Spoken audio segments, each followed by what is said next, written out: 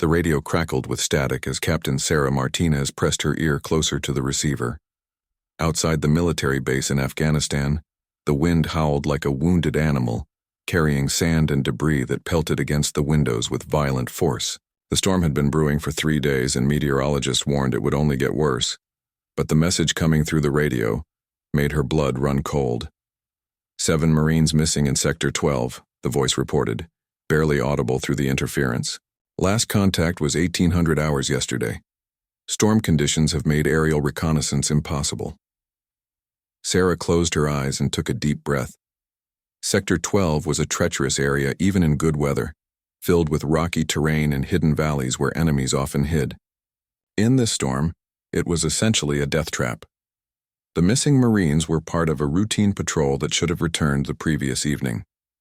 Now they were somewhere out there in the worst sandstorm the region had seen in years. The base commander, Colonel Thompson, stood beside her with worry etched across his weathered face. "We've grounded all aircraft," he said grimly.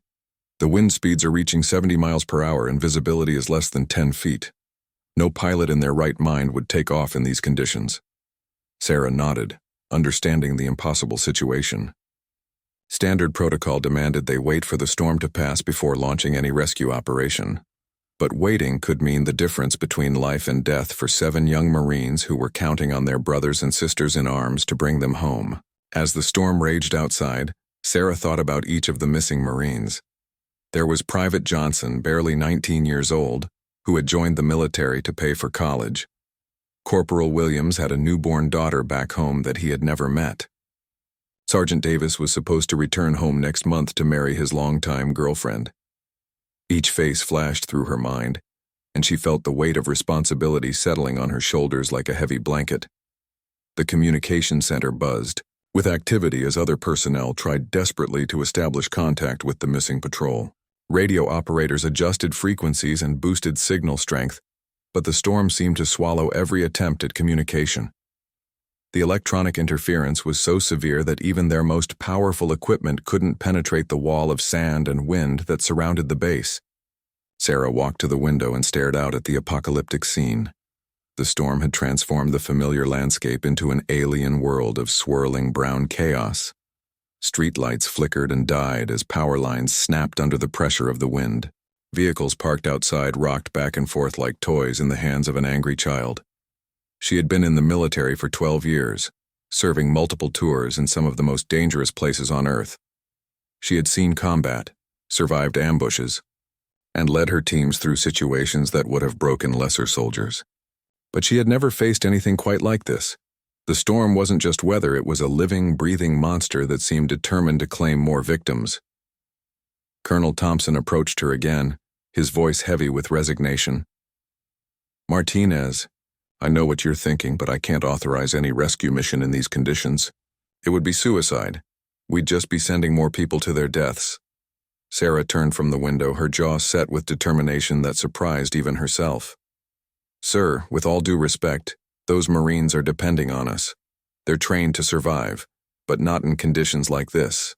Every hour we wait decreases their chances of survival." The colonel shook his head slowly.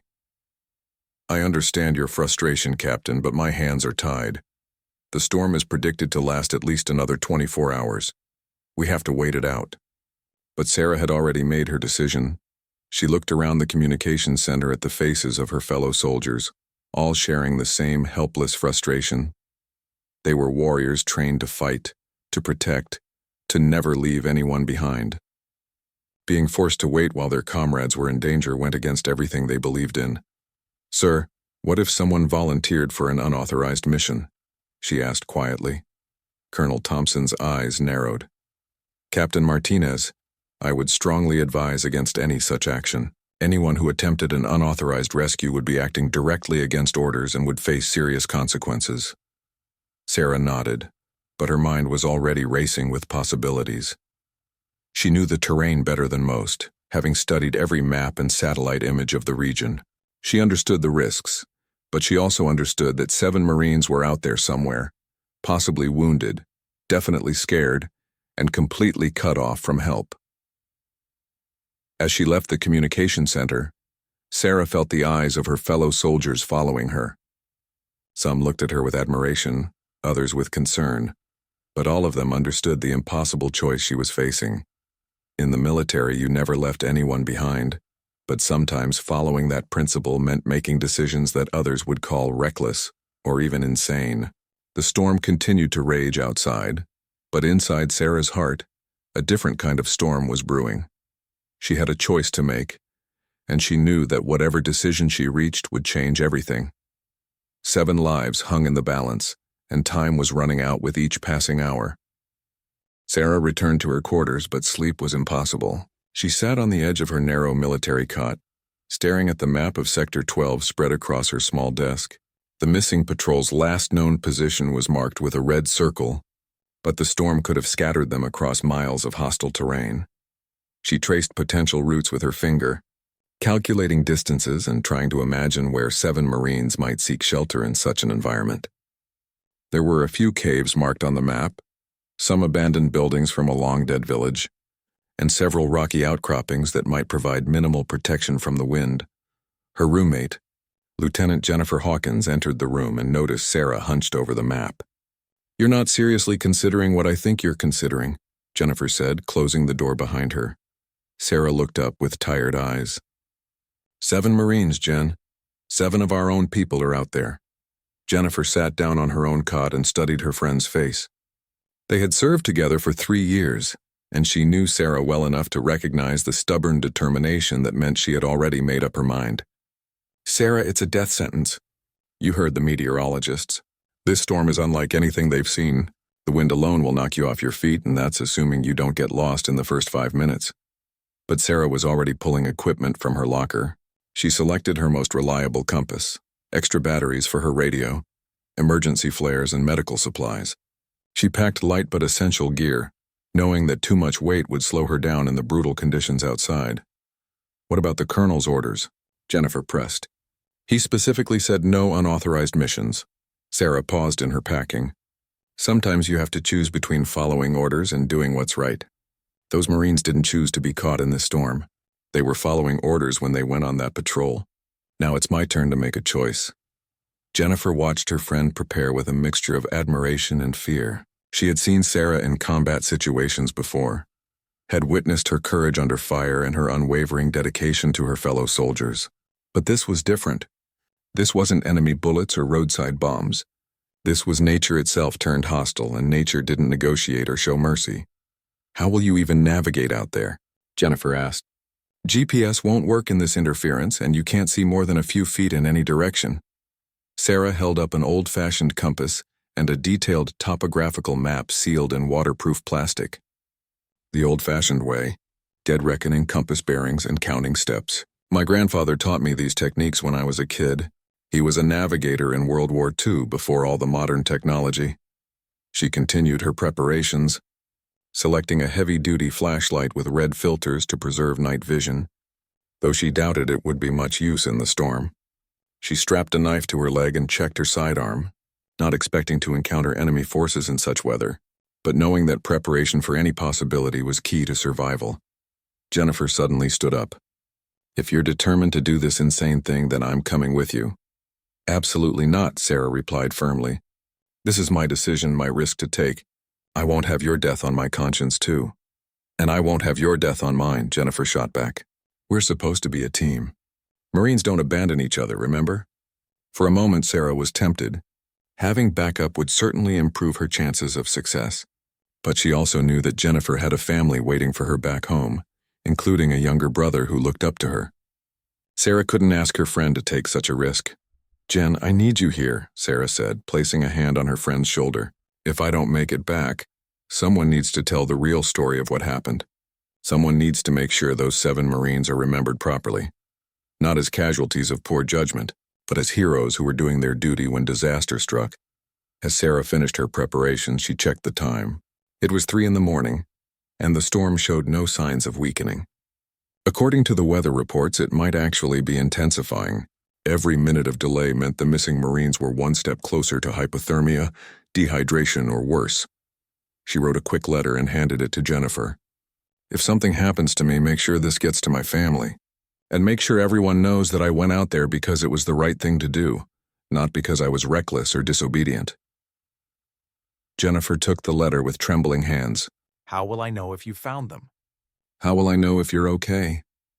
Sarah showed her the emergency radio she was carrying. I'll try to check in every hour on the emergency frequency. If you don't hear from me for more than 3 hours, assume the worst, but don't send anyone else after me. Promise me that. The two women embraced, both knowing it might be the last time they saw each other. Jennifer whispered a prayer as Sarah gathered her gear and prepared to step into the storm that had already claimed 7 Marines, and might soon claim her as well. Outside, the wind continued to howl like a living thing, and the sand scratched against the windows like claws trying to get inside. Sarah took one last look around her room, memorizing details she might never see again, then headed toward the door that would take her into the heart of the storm. The moment Sarah opened the door, the storm attacked her with the fury of a wild beast. Sand pelted her face like tiny bullets, and the wind tried to tear the heavy door from her grasp. She had to use both hands and all her strength just to close it behind her. In seconds, her exposed skin stung from the sandblasting effect of the storm. She pulled her protective goggles down and wrapped a thick scarf around her face, leaving only her eyes exposed. Even through the goggles, visibility was almost zero. The world had become a brown, swirling nightmare, where up and down seemed to lose all meaning. Sarah pulled out her compass and took her first bearing, pointing herself toward the last known position of the missing patrol. According to her calculations, it was approximately 8 miles through some of the most challenging terrain in the region. In good weather, it would be a difficult but manageable hike. In these conditions, it was like trying to navigate through hell itself. The first challenge came within minutes of leaving the base. The storm had changed the landscape so dramatically that familiar landmarks were completely obscured or had shifted entirely. A fence she had expected to encounter was buried under several feet of sand, and a small building she had planned to use as a reference point was completely hidden in the swirling chaos.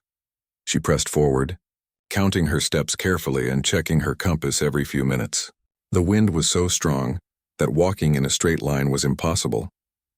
She found herself constantly fighting to maintain her direction, often taking 3 steps to the right for every step forward. 20 minutes into her journey, Sarah's radio crackled to life.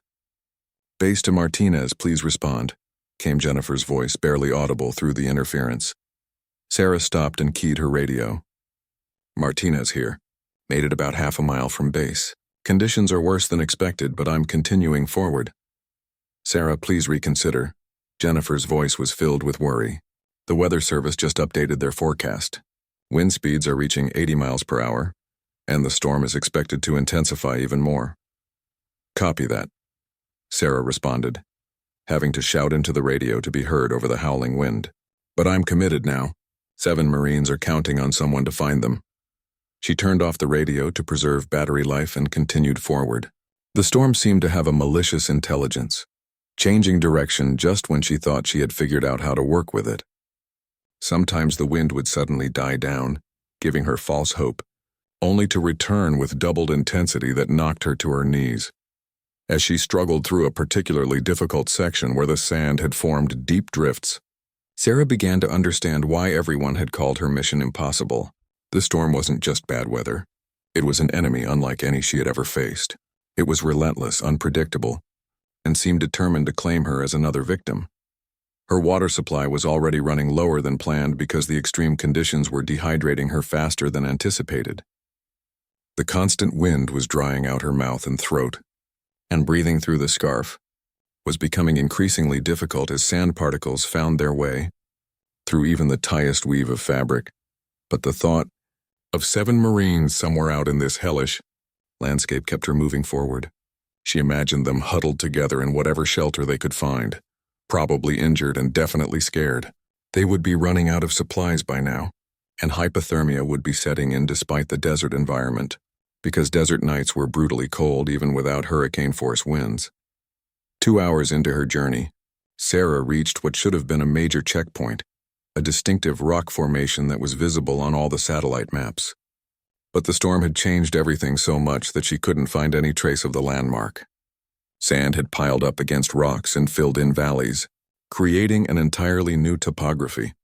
She stopped and tried to get her bearings, pulling out her map and compass despite the difficulty of reading anything in the swirling sand. According to her dead reckoning calculations, she should be roughly a third of the way to the Marine's last known position, but without visual confirmation, she couldn't be completely certain of her location.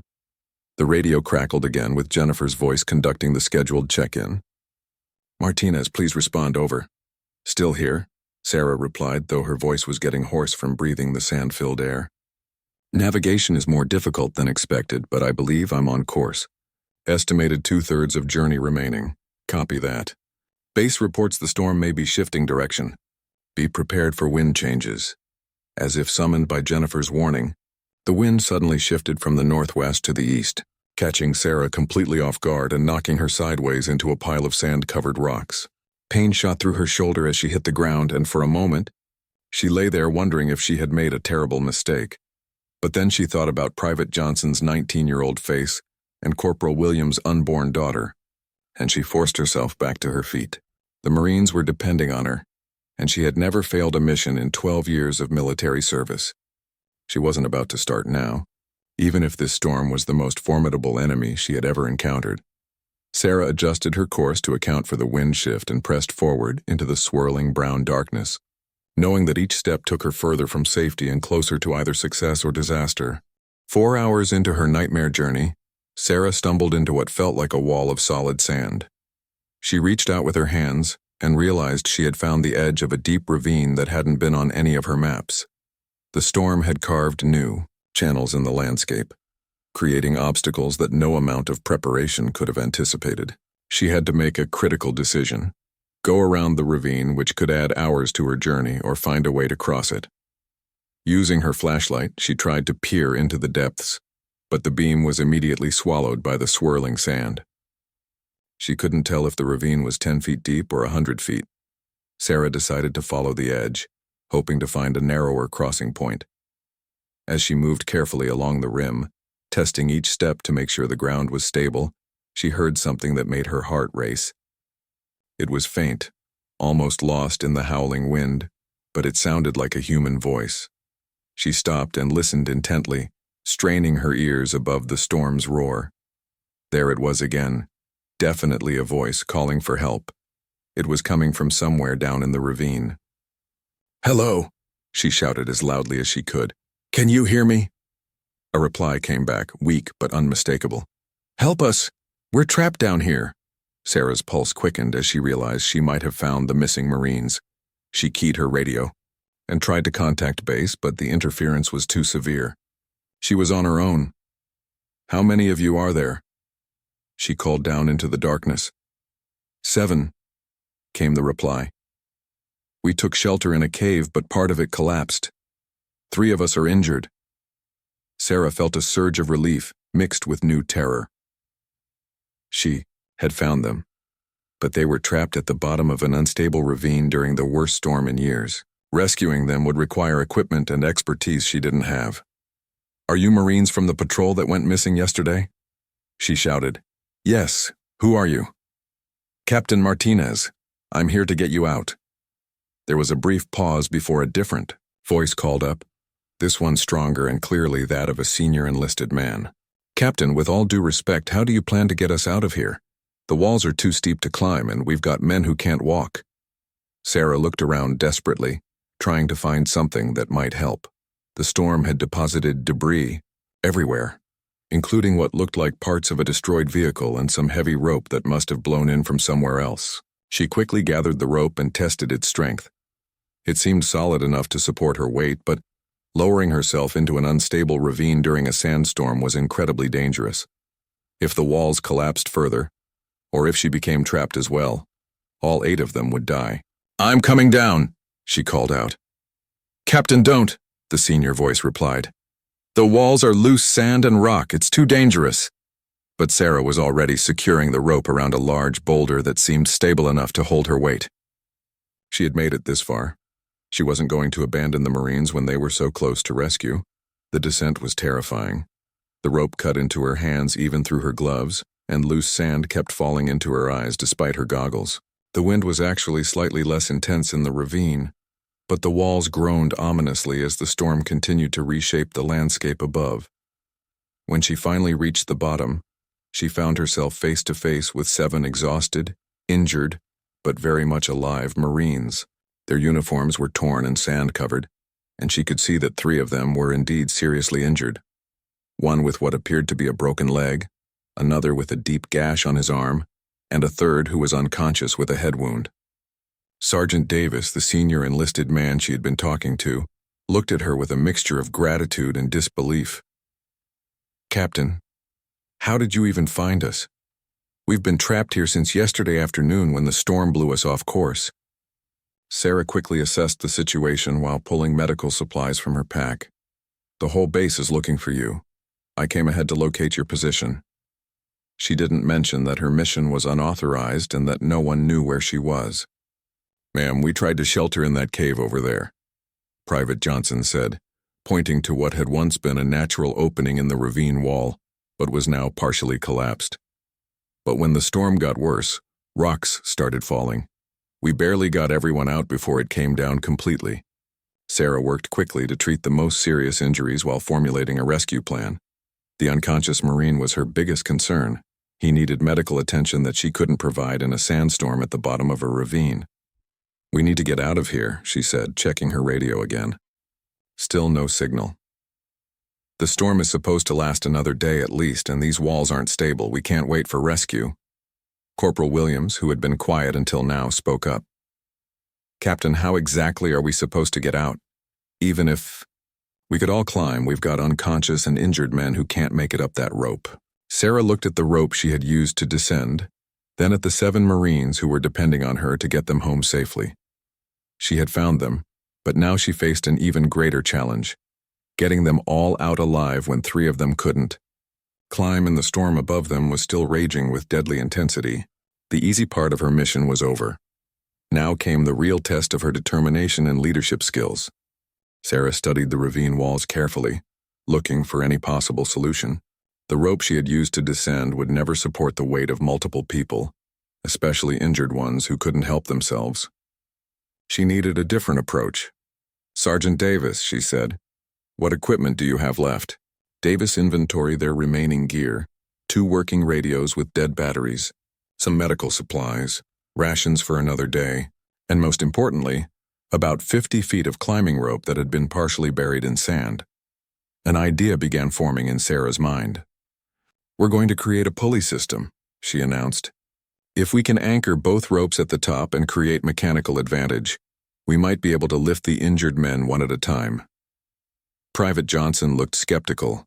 "Ma'am, even if we could rig something like that, who's going to operate it from up there? And how are we going to get the anchors set in this storm?" Sarah had been thinking the same thing. Someone would have to go back up the rope in conditions that were getting worse by the hour, then work alone to set up a complex rescue system while the rest of them waited below. It was dangerous beyond measure, but it was their only chance. "I'll do it," she said simply. "You men stay here and keep the injured Marines stable. I'll go up and try to rig a system that can lift all of you out." The Marines exchanged glances. They had been trained to never leave anyone behind, but they also understood tactical reality. Sarah was the only one among them who was uninjured and had the technical knowledge to attempt such a rescue. Before starting back up the rope, Sarah used the last of her radio's battery power to send a message on the emergency frequency. She knew the interference was still too severe for normal communication, but emergency frequencies sometimes had better penetration. "Base, this is Martinez. Found the 7 Marines in a ravine approximately 8 miles northeast of base. All alive, 3 injured, 1 critical. We'll attempt solo extraction. If I don't check in within 4 hours, send recovery team to coordinates." She rattled off her best estimate of their location based on compass bearings and dead reckoning. She wasn't sure if the message got through, but at least she had tried to leave a record of their location. The climb back up was even more treacherous than the descent had been. The storm had intensified further, and loose sand kept cascading down the walls, threatening to bury the Marines below or knock Sarah from the rope. Twice she had to stop and wait for particularly violent wind gusts to pass. When she finally reached the top, the full force of the storm hit her again like a physical blow. The wind was now so strong that she had to crawl on her hands and knees to avoid being blown away. Finding suitable anchor points for a pulley system in these conditions seemed almost impossible. But Sarah had learned, Long ago, that impossible was often just another way of saying difficult and dangerous. She began searching for large rocks or other stable features that could serve as anchors. Every movement was a struggle against the wind, and she had to constantly wipe sand from her goggles to maintain any vision at all. After an hour of agonizing work, she had managed to create a basic but functional pulley system using her rope, the Marine's rope, and several pieces of debris that the storm had deposited nearby. The system would allow her to lift one person at a time, but it would require all her strength and would take hours to get everyone out. She tested the system with a heavy pack, and to her relief, it held. The mechanical advantage gave her the lifting power she needed, though operating it alone in hurricane-force winds would push her to her absolute limits. "Okay," she shouted down into the ravine. "Send up the most critical injured Marine first." It took nearly an hour to lift the unconscious Marine to safety. Sarah's hands were bleeding inside her gloves from the rope, and her shoulder muscles screamed in agony from fighting both the weight and the wind. But seeing the injured Marine safely at the top gave her the motivation to continue. One by one, she lifted the other injured Marines, then began working on those who were uninjured but exhausted. Each lift took tremendous effort, and she could feel her strength fading with each successful rescue. As she prepared to lift the last Marine, Sergeant Davis, her radio suddenly crackled with an incoming transmission. Through the static, she heard Colonel Thompson's voice. "Martinez. Martinez, please respond. We received your transmission and have a rescue team standing by." Sarah keyed her radio with hands that could barely grip the device. "Colonel, this is Martinez. Have successfully located all 7 Marines. 6 already extracted from ravine, 1 remaining. All alive, but 3 need immediate medical attention. Martinez, you are ordered to return to base immediately. A full rescue team is being deployed to your location." Sarah looked down at Sergeant Davis, who was waiting patiently at the bottom of the ravine for his turn to be lifted to safety. She thought about the medical team and equipment that a proper rescue operation would bring, then looked at her makeshift pulley system and her own rapidly failing strength. But she also thought about the promise she had made to bring all 7 Marines home safely. She was so close to completing her mission that abandoning it now, even for reinforcements, felt like betrayal. "Colonel, I can have the last Marine up in 30 minutes.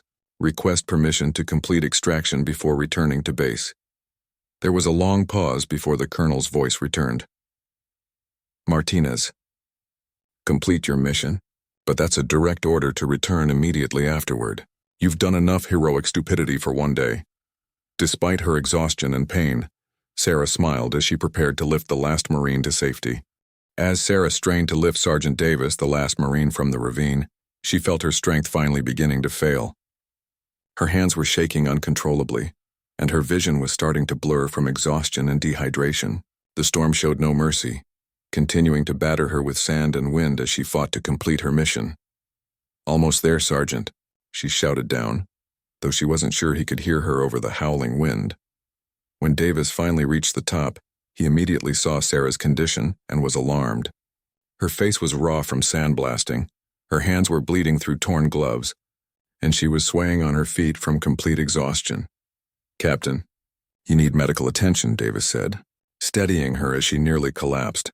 But Sarah's focus was entirely on the other Marines. The 3 most seriously injured men were lying on stretchers that she had improvised from equipment and debris. The unconscious Marine was still unresponsive, and she knew that every minute of delay could mean the difference between permanent injury and full recovery. "We need to get them back to base," she said, her voice hoarse and barely audible. "The medical team will meet us, but we have to start moving." Davis looked at the group of 7 exhausted, injured Marines and then at Sarah, who could barely stand. "Ma'am, how are we supposed to carry 3 stretchers through this storm? We're all running on empty and you look like you're about to collapse." Sarah forced herself to think clearly despite her exhaustion. They had come too far to fail now. She pulled out her emergency flares and fired one into the storm, hoping the rescue team would see it and be able to track their location. The bright red light briefly illuminated the swirling sand before being swallowed by the darkness. "We move in stages," she decided. 2 Marines carry each stretcher, and we rotate every 15 minutes so no one gets too exhausted. I'll navigate and handle the radio." What followed was the most grueling march of their military careers. The storm seemed determined to claim them all as victims, throwing obstacles in their path and constantly trying to separate them in the blinding chaos.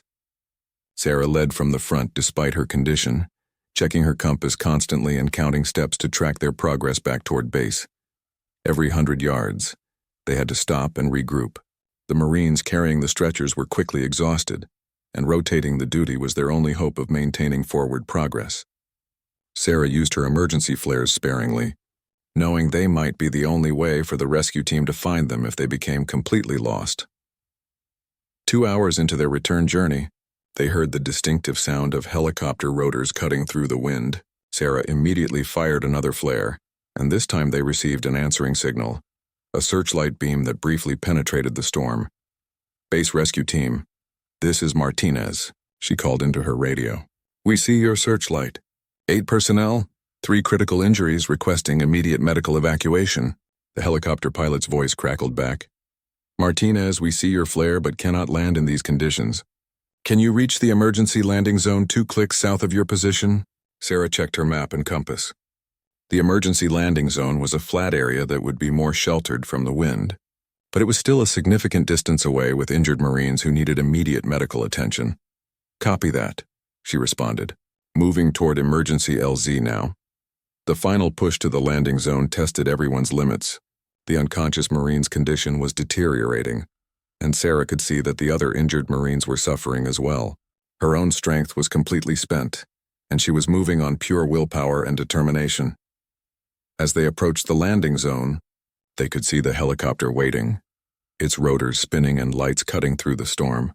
Medical personnel were standing by with proper stretchers and equipment, ready to take over care of the injured Marines. When they finally reached the helicopter, Sarah's legs gave out completely. She collapsed onto the sand as the medical team rushed past her to attend to the Marines she had risked everything to save. Through her exhaustion and pain, she felt a deep sense of satisfaction. She had kept her promise. All 7 Marines were alive and would be going home to their families. Sergeant Davis knelt beside her as the medical team loaded the injured Marines into the helicopter. "Captain," he said, "what you did today, there aren't words for it. You saved our lives." Sarah tried to respond, but her voice was gone. She simply nodded and allowed the medics to help her into the helicopter. As they lifted off and flew back toward base, she looked out at the storm that had almost claimed 8 lives. It was still raging with the same fury, but it had not won. Against impossible odds, determination and courage had triumphed over the forces of nature. The helicopter ride back to base passed in a blur of medical activity and exhausted relief. Sarah drifted in and out of consciousness, her body finally allowing itself to shut down after the superhuman effort she had demanded from it.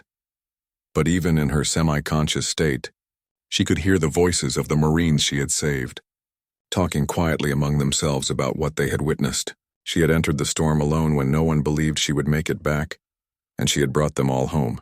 Sarah woke up in the base medical facility 3 days later. Her hands were bandaged, her face was still raw from the sandblasting, and every muscle in her body ached.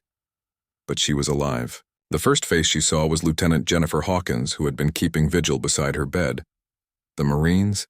Sarah asked immediately, her voice still hoarse. Jennifer smiled with tears in her eyes. "All 7 are going to make it. The unconscious Marine woke up yesterday with no permanent brain damage. The others are recovering well. You saved them all, Sarah." Colonel Thompson entered the room, his expression mixing stern disapproval with obvious admiration. "Captain Martinez, what you did was completely against orders, reckless beyond measure, and absolutely magnificent. You disobeyed direct commands and nearly got yourself killed." Sarah tried to sit up straighter. "Sir, The colonel held up his hand. "I'm not finished. You also displayed the kind of courage and leadership that exemplifies everything the Marine Corps stands for. Those 7 Marines are alive today because you refused to accept that some situations are impossible." Over the following days, word of Sarah's rescue mission spread throughout the military community. The story of the captain who entered a deadly storm alone to save 7 Marines became legendary, inspiring countless discussions about leadership, courage, and the meaning of never leaving anyone behind. The Marines she had saved each visited her during her recovery. Private Johnson, barely 19 and still pale from his ordeal, told her that her voice calling down into the ravine was the most beautiful sound he had ever heard. Corporal Williams showed her a picture of his newborn daughter, who had been born just days after the rescue. Sergeant Davis simply said, Thank you for not giving up on us, Captain. The storm had finally ended the day after the rescue, revealing a landscape permanently changed by its fury. The ravine where the Marines had been trapped had filled completely with sand, and the area was now unrecognizable. If Sarah had waited even one more day, the Marines would have been buried alive. Meteorologists later confirmed that the storm had been the worst in the region's recorded history, with sustained winds reaching nearly 90 miles per hour. Military analysts studying the rescue concluded that Sarah's mission had a survival probability of less than 5%. Yet she had succeeded not just in surviving, but in saving 7 lives. The official report praised her extraordinary heroism in the face of impossible odds, but Sarah always insisted that she had simply done what any Marine would do. She had seen fellow Marines in danger and had responded according to her training and values. 6 months later, Sarah was awarded the Navy Cross, one of the highest decorations for valor in the military. During the ceremony, all 7 Marines she had rescued stood behind her in their dress uniforms. The citation read, "For extraordinary heroism and complete disregard for her own safety, while conducting unauthorized rescue operations in extreme weather conditions." But for Sarah, the real reward came in the letters she received from the families of the Marines she had saved. Private Johnson's mother wrote to thank her for giving her son the chance to finish college. Corporal Williams's wife sent photos of the daughter whose father lived to see her grow up. Sergeant Davis invited her to his wedding, which took place exactly as planned because he had made it home safely. Years later, when Sarah had retired from active duty and was teaching leadership courses to new Marines, she would often be asked about that night in the storm. Students wanted to know how she had found the courage to attempt something that everyone said was impossible. Her answer was always the same. Courage isn't the absence of fear. It's doing what's right despite the fear. When I thought about those 7 Marines trapped in that storm, I realized I could either live with the fear of going out there, or I could live with the regret of not trying. The choice was easy. The storm had tested everything Sarah believed about duty, leadership, and the bond between Marines. It had pushed her beyond every physical and mental limit she thought she possessed. But in the end, it had also proven that determination and courage could triumph over seemingly impossible odds. The 7 Marines she saved went on to complete their military service and return to their families. They remained in contact with Sarah for the rest of their lives, never forgetting the captain who refused to abandon them when the storm seemed certain to claim their lives. And Sarah Martinez, the woman who entered the storm alone when no one believed she would make it back, became a legend in military history, proof that sometimes the impossible becomes possible when someone cares enough to try.